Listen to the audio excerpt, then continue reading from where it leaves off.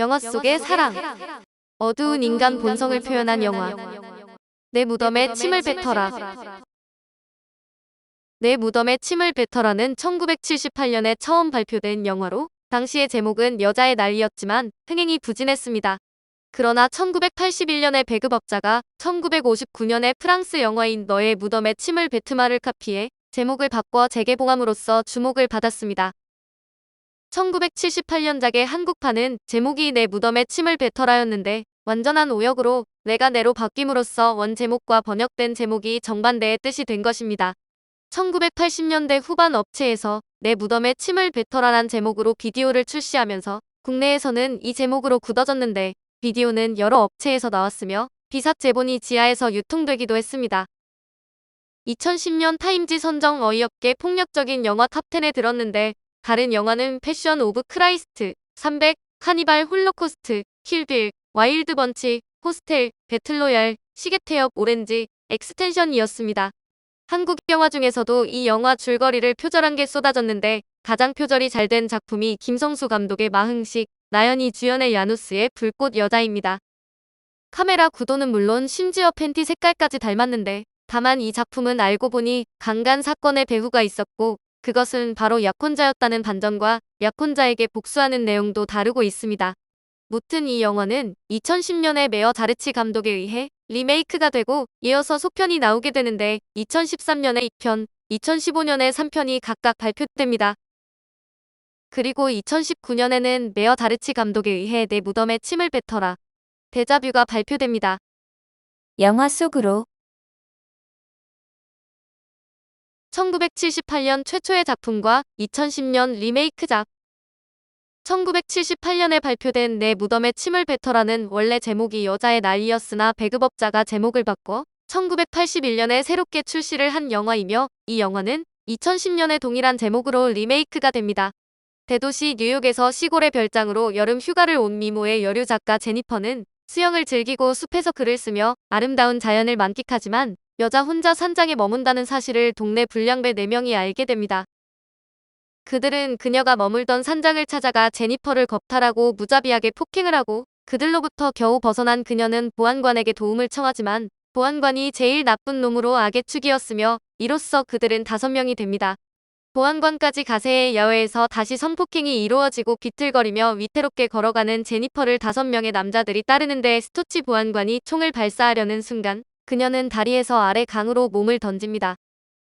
물 위로 떠오르길 기다려도 보이지 않았고 물속을 다 뒤져도 제니퍼를 찾을 수 없자 불안감을 느낀 보안관은 매일 강 주변을 수색하지만 허사였는데 끔찍한 짓을 저지른 보안관은 집에서는 딸을 둔 평범한 아빠였습니다.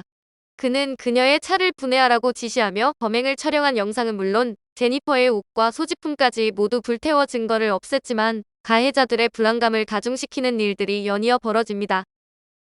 보안관이 범행 촬영 테이프를 불태우라고 했지만 스탠리는 이것을 보관했는데 그 테이프가 사라진 것으로 그들은 범행의 죄책감을 느끼던 어리버리한 청년 매튜가 저지른 것으로 추측합니다. 스토치 보안관은 제니퍼에게 무슨 일이 생겼는지를 직감한 듯 했던 집주인 얼까지 총으로 쏴 죽여버리는데 얼마의 시간이 흐른 뒤 제니퍼는 엄청난 전투력을 갖고 돌아옵니다. 그동안 무슨 일이 있었고 어디서 갑자기 이런 전투력을 갖게 되었는지 설명은 없는데 원작은 제니퍼가 그들을 유혹해 처리를 하고 리메이크작은 정면으로 대결을 펼쳐 응징을 합니다. 마지막 남은 스토치 보안관을 납치한 제니퍼는 그를 포박해 엉덩이에 샷건을 꽂아 놓았는데 샷건은 매튜의 팔에 줄로 연결되어 정신을 잃은 매튜가 팔을 움직이면 샷건이 발사되도록 되어 있었습니다. 그때 매튜가 깨어났고 가만히 있으란 보안관의 말이 무색하게 팔을 뻗자 샷건이 발사되었고 두 사람은 함께 목숨을 잃는데 집 밖에 앉아있던 제니퍼의 무표정한 얼굴에는 공허함이 묻어납니다. 이런 처형 방법은 한국 영화 나는 악마를 보았다에서 이병헌이 최민식을 이와 비슷하게 묶어놓고 가족들에게 최민식을 찾아가도록 해서 가족의 손에 총에 맞아 죽도록 하는 것과 비슷합니다. 내 무덤에 침을 뱉어라 2. 여주인공 KT는 모델 지망생으로 모델 포트폴리오 사진 촬영비가 없을 정도로 힘든 현실을 살고 있었는데 무료로 사진을 촬영해준다는 전단지를 발견하고 스튜디오를 찾아갑니다. 그곳에는 남자 3명이 있었는데 사진작가 이반이 부당한 노출을 요구하자 거절을 하고 집으로 돌아오지만 이반의 동생인 조지가 그녀에게 한눈에 반해버립니다. 그는 그녀의 집에 찾아와 사과하지만 불쾌한 경험을 한 케이티는 그를 돌려보내는데 조지는 돌아가지 않고 밤에 몰래 들어와 그녀를 겁탈하고 그녀의 소리를 듣고 구해주려 들어왔던 이웃집 남자도 살해합니다. 겁탈이 살인으로 번진 것으로 조지의 형인 이반과 닉이 뒤처리를 하기 위해 달려오는데 그들은 여자에게 약을 먹이고 큰 상자에 그녀를 넣어 불가리아로 데려갑니다. 그곳 집 지하실에서 케이티는 계속 나쁜 짓을 당하는데 가해자들은 감정이 없는 무생물을 대하듯 그녀를 학대하고 놀이개로 삼고 극적으로 탈출한 케이티는 그곳이 미국이 아니라 불가리아란 사실을 알게 됩니다. 그 때문에 형사는 그녀의 말을 믿지 않고 케이티가 약을 한 것이 아닌가란 의심까지 하고 상처받은 여자를 도와주기 위해 구호소에서 왔다는 안나라는 여자가 찾아옵니다. 그녀는 케이티를 자기 집의 지하실로 데려가는데 그곳은 목숨 걸고 탈출했던 그 집이었던 것으로 안나는 남자들의 엄마로 가족을 위험에 빠뜨렸다면서 케이티의 얼굴에 침을 뱉고 뺨을 때립니다. 그리고 그녀는 다시 수갑으로 결박당하는데 이제는 남자들의 아빠이자 안나의 남편인 발코까지 가담해 더 끔찍한 일들을 겪고 고문에 가까운 행위로 욕구를 채운 남자들은 알몸의 케이트를 상자에 다시 집어넣습니다. 지하실에 깊은 구멍을 파더니 그 안에 묻어버리는데 지하실 아래 바닥에 구멍이 뚫리면서 그녀가 들어있던 상자가 아래로 추락을 하는데 아래가 카타콤처럼 되어 있어 우연히 탈출을 한 것입니다. 카타콤은 어떤 신부가 무연고 해골들을 주워서 둔 곳으로 케이티는 지하에서 버티다 찾은 지하 통로와 연결된 교회에 들어가 음식과 옷을 훔치고 그녀를 목격한 신부는 케이티에게 호의를 베풉니다. 몸의 상처가 어느 정도 회복되자 미국 대사관으로 가지만 할 일이 남아 안으로 들어가지는 않는데 케이티의 눈에서 살기를 봤던 신부는 형사에게 그 사실을 전합니다.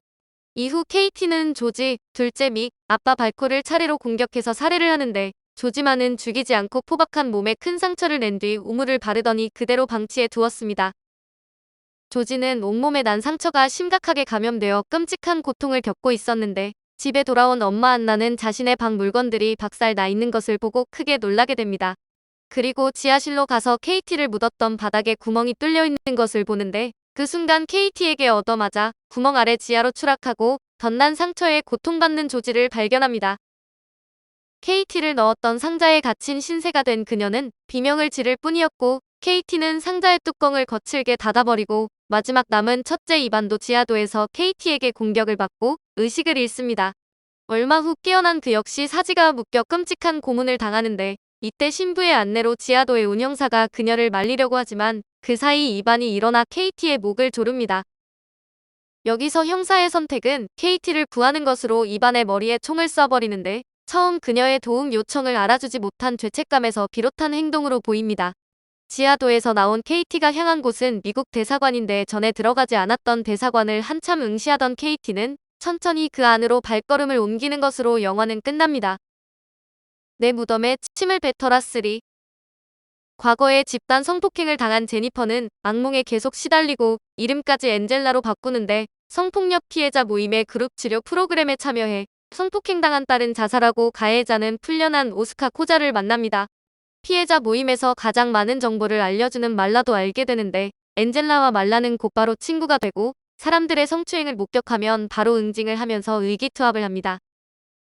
엔젤라는 말라와 다니면서 치유가 되고 정신상담을 받으면서 좋아지는 느낌을 받는데 어느 날 저녁에 피해자 모임에 있는 10대 소녀 캐시의 집에 몰래 가서 살펴봅니다.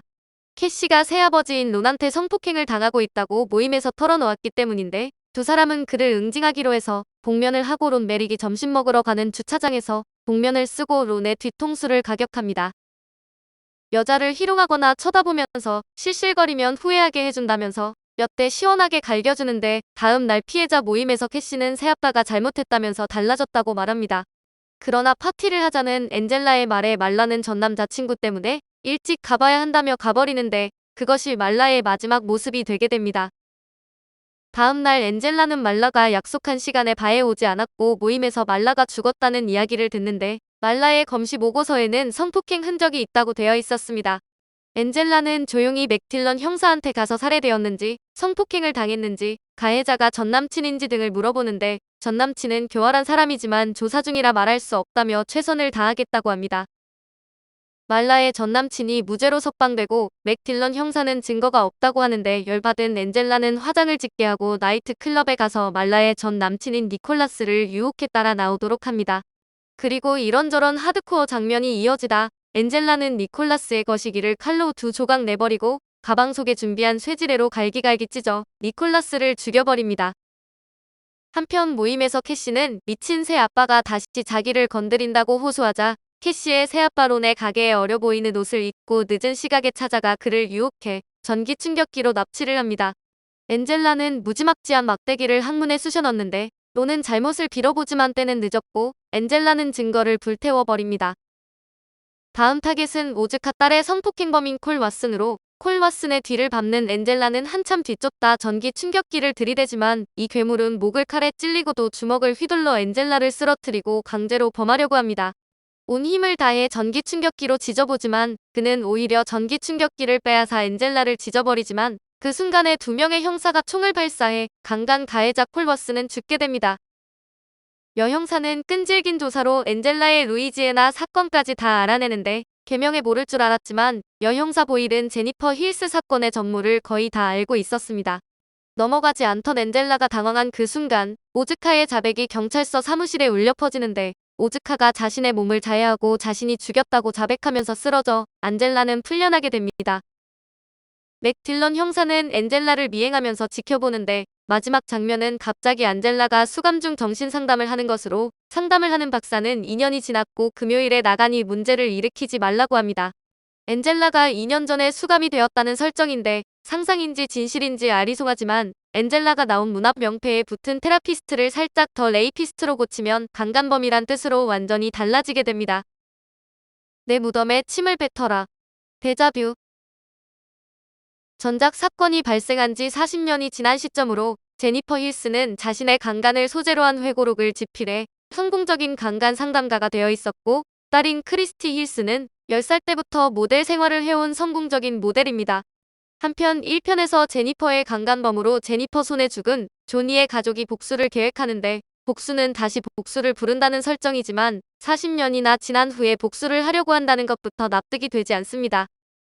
조니의 아내 베키 스틸먼, 어머니 밀리 스틸먼, 조니의 아버지 헨리 스틸먼과 매튜의 할머니 비디 아이즈 던컨, 매튜의 아버지 허먼 던컨, 매튜의 사촌인 짐 타브레와 기타 케빈 우즈가 그들입니다. 한편 크리스티는 레스토랑에서 제니퍼를 만나 모델 일을 그만두고 싶다고 하고 두 사람이 레스토랑을 떠날 때 케빈과 스코티가 트럭을 세우고 제니퍼에게 회고록 사본에 서명을 해달라고 부탁을 합니다. 그녀가 사인을 하는 도중에 그들은 두 여성을 납치해 시골로 데려가는데 케빈과 베키는 제니퍼를 매튜가 교수형을 당한 장소로 데려가고 스코티는 크리스티를 차에 태워 데리고 갑니다. 제니퍼는 조니를 살해할 때와 동일하게 클래식 음악을 들으면서 어쩔 수 없이 구멍을 파지만 삽을 무기로 사용해 그들을 치고 총을 훔쳐 달아납니다. 한편 크리스티는 화장실이 급하다며 숲으로 들어가는데 너무 오래 걸리자 그녀를 찾으러 온 스코티를 나뭇가지로 때려 눕히고 트럭을 훔쳐 어머니를 찾기 위해 집으로 돌아갑니다.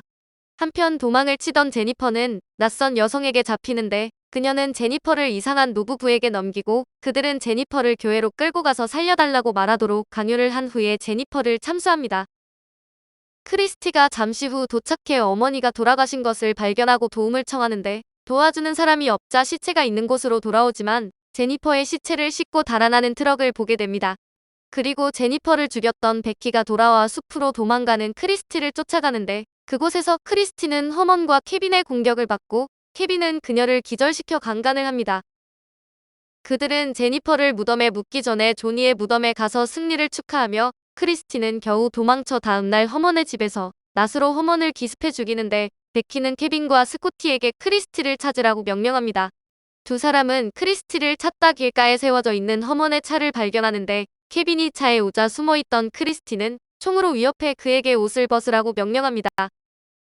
스코티는 그의 사촌처럼 살려달라고 애원하지만 크리스티에게 죽임을 당하는데 베키는 허먼, 스코티, 케빈의 시체를 발견하고 크리스티가 살아있음을 알고 숨어있다 크리스티를 죽이려고 합니다.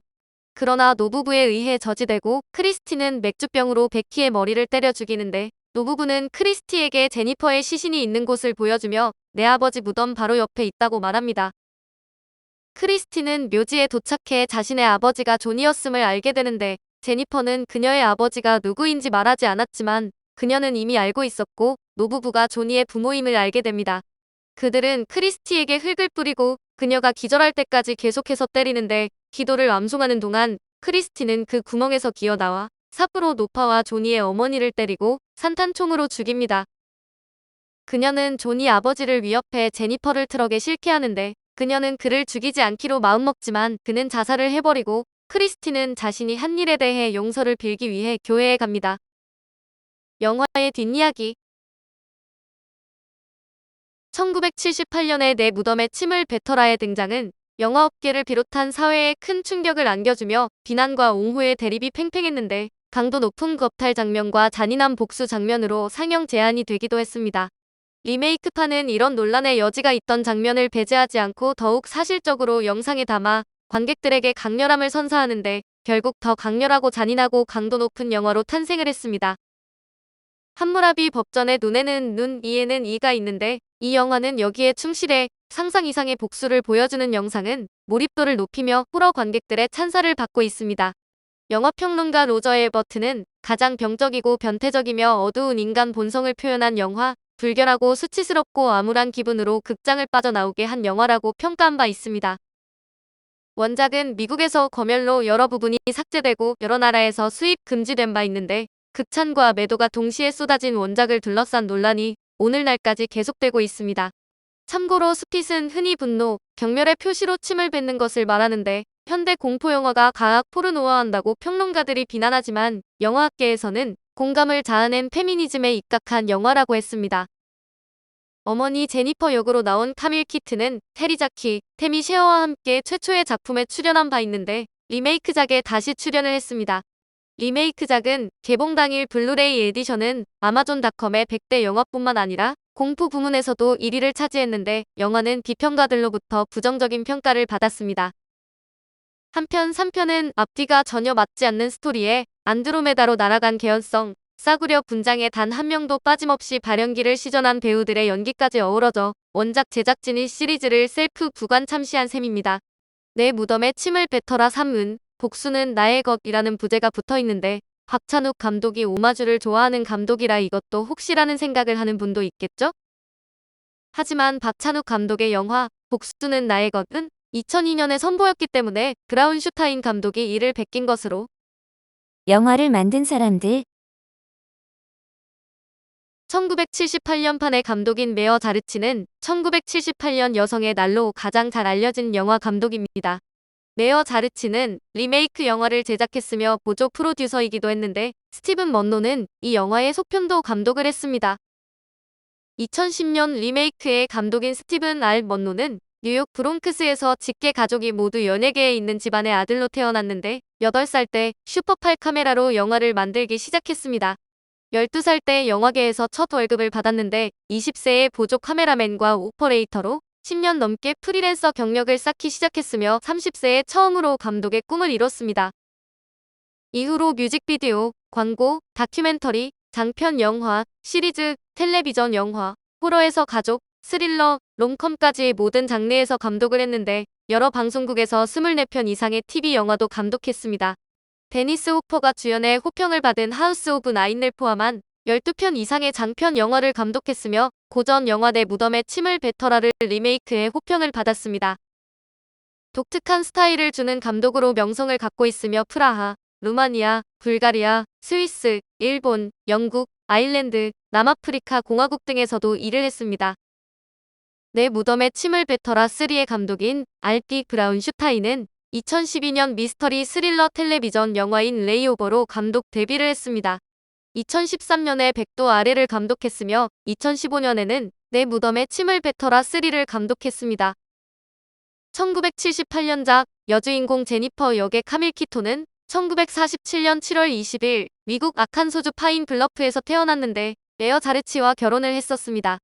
여성의 날, 내 무덤에 침을 뱉어라 데자뷰, 그리고 코사베트 뚱보로 유명한 배우입니다. 2010년 리메이크작 여주인공 제니퍼 역의 사라 버틀러는 워싱턴주 푸엘럽 출신으로 합창단에서 노래를 불렀고 노래 대회에 참가했으며 지역 극장에서 공연을 했습니다. 서던 캘리포니아 대학교에서 연극을 공부하기 위해 로스앤젤레스로 이사했고 디즈니랜드에서 1년 반 동안 미녀와 야수의 공주 벨 역을 연기했습니다. 대학을 중퇴하고 텔레비전과 영화 오디션을 보기 시작했는데 CSI 마이애미와 CSI 뉴욕에 게스트로 출연했으며 내 무덤에 침을 뱉어라에서 주인공 역을 차지했습니다. 2011년에는 에스텔라 워렌, 윌리엄 볼드윈과 함께 심리 스릴러 영화인 더 스트레인저 위드에 출연했고 2012년에는 마이클 빈 주연의 독립영화 배신, 2013년에는 공포영화 디멘트에 출연했습니다. 이 편의 여주인공 젬마 달랜더는 영국 런던에서 태어났는데 내 무덤에 침을 뱉어라 2, 아빠의 효녀 조이, AST Always Shoot Twice로 알려진 여배우입니다. 2019년 데자뷰의 크리스티 역 제이미 버나뎃은 9번째 아이로 태어났는데 출연작이 호평을 받으며 영화와 텔레비전 업계에서 입지를 굳혔고 최근 드라마 아메리칸 사탄에 출연했습니다. 오스카상 후보에 오른 감독 데럴 루트의 영화 더 퍼니스에 출연했는데 이 영화는 90개국에서 개봉되었고 제이미는 니스 국제영화제에서 여우주연상 후보에 올랐습니다. 또한 제이미는 4편의 장편 영화를 제작했으며 2021년 6월 더 데스크레티드 원즈를 감독했는데 많은 인지도와 많은 팬층을 얻어 공포 장르의 아이콘이 되었습니다. 제이미는 프릭쇼 하러 필름 페스티벌과 리 필름 페스티벌에서의 연기로 2개의 여우주연상을 받았는데 시집을 출판할 준비도 하고 있답니다. 오늘 영화 속의 사랑은 어두운 인간 본성을 표현한 영화 내 무덤에 침을 뱉어라였습니다.